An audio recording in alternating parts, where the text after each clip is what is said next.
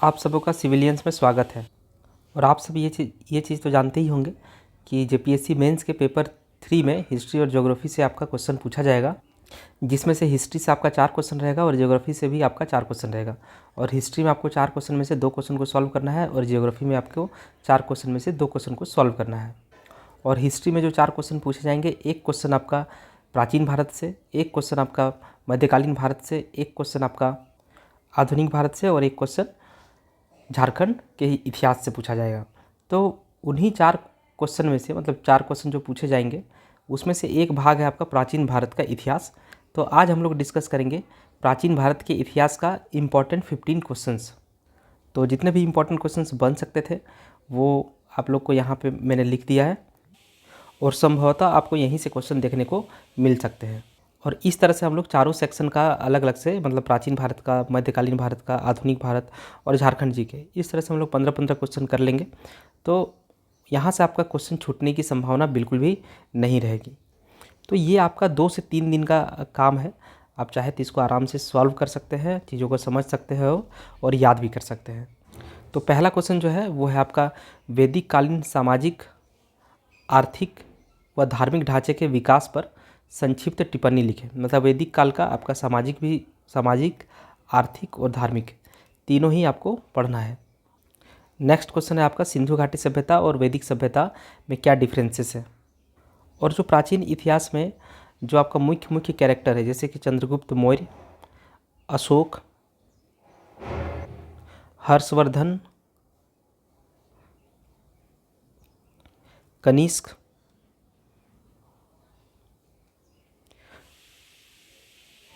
समुद्रगुप्त, तो ये 5 important character है। इन पांचों का एक शासक के रूप में आपको मूल्यांकन करना है। तो इन पांचों को आप विशेष रूप से कर लेना है आपको, क्योंकि कोई भी क्वेश्चन पूछेगा कहीं ना कहीं इन लोगों से कुछ ना कुछ तो टच रहेगा ही।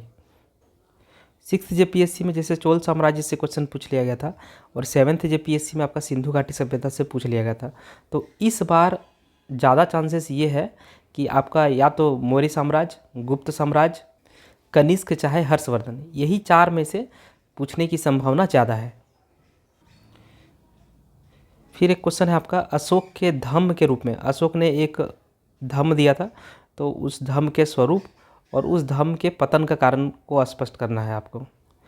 और आप ये भी कोशिश करेंगे, ये भी आप जान लीजिएगा अलग से, कि इस धम्म के कारण मौर्य साम्राज्य, मतलब इस धम्म का मौर्य साम्राज्य के पतन में कहाँ तक कारक था। मतलब ये धम्म जो है वो मौर्य साम्राज्य के पतन में कहाँ तक भूमिका निभाई थी। ये भी आप लोग चाहे तो पढ़ सकते हैं। कोशिश करिएगा कि उस चीज़ को भी थोड़ा सा पढ़ लें आप लोग। कुषाण वंश के कनिष्क का जो शासनकाल था उसमें धार्मिक, साहित्यिक और स्थापत्य जगत में होने वाले प्रगति का मूल्यांकन करें। तो एक्चुअल में अशोक रहे चाहे चंद्रगुप्त मौर्य रहे, जो कैरेक्टर का बात कर रहे हैं उसमें सब में आप लोग को यही सब पढ़ना है कि उनके शासनकाल में किस प्रकार का धार्मिक परिवर्तन आया, साहित्यिक परिवर्तन आया, स्थापत्य क्या था, आर्थिक परिवर्तन क्या था। तो इन सबों को आपको पढ़ना होगा और ये सब आपका बहुत समय नहीं लगेगा।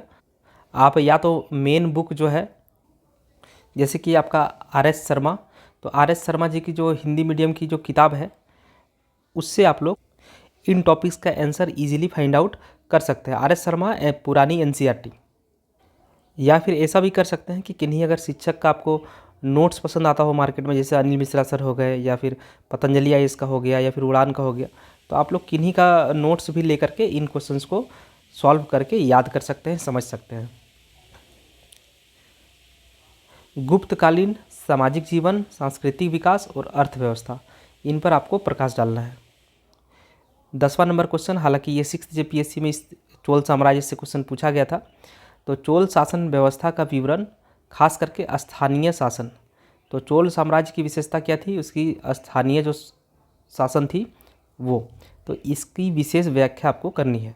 और साथ ही साथ चोल राजाओं के द्वारा विभिन्न प्रकार के सामुद्रिक अभियान चलाए गए तो उन अभियानों और क्या उद्देश्य रहे थे उनका वर्णन करना है। पल्लव कला की मुख्य विशेषताओं का मूल्यांकन कीजिए।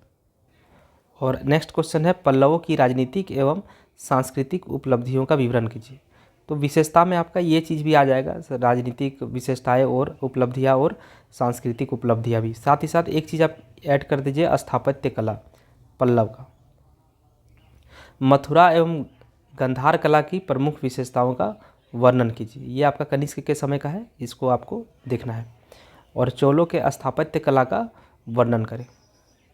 तो यही आपके इम्पोर्टेंट 15 क्वेश्चन है। अगर आप इसको कर लेते हैं तो कहीं ना कहीं आपको प्राचीन भारत का क्वेश्चन इन्हीं में से देखने को मिल सकता है, या फिर अगर नहीं भी मिलेगा इनसे संबंधित तो थोड़ा सा ही परिवर्तित रूप में आपको देखने को मिलेगा, लेकिन ज़्यादा परिवर्तित नहीं रहेगा। मतलब आप इन 15 क्वेश्चंस को अगर सॉल्व करते हैं ठीक से, तो आप अगर 16वें नंबर का कोई क्वेश्चन दूसरे प्रकार का क्वेश्चन ट्विस्ट करके आता है तो फिर भी आप उस क्वेश्चन का आंसर आराम से लिख सकते हैं।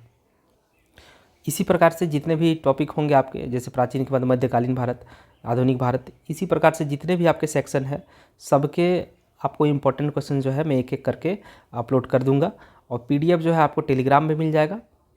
और क्लास की बात करें तो हम लोग खोटा का क्लास जो है वो स्टार्ट किए हैं यूट्यूब पे, आप लोग चाहे तो देख सकते हैं। और नोट्स जो है वो टेलीग्राम से जुड़ करके प्राप्त कर सकते हैं। हाँ, और किसी भी प्रकार का डेमो क्लास ये सब नहीं है। खोटा स्टार्ट किए, मतलब खोटा जो है समय के पहले ही हम लोग ख़त्म भी करेंगे, और नोट्स जो है आपको टेलीग्राम में दे दिया जाएगा। किन्हीं किन्हीं के मन में ये डाउट रहता है कि क्या ये सिर्फ डेमो क्लास है, तो ऐसा बात नहीं है, पूरा का पूरा कोर्स ही यहाँ पे पढ़ाया जाएगा। तो मिलते हैं हम लोग नेक्स्ट वीडियो में, तब तक के लिए धन्यवाद।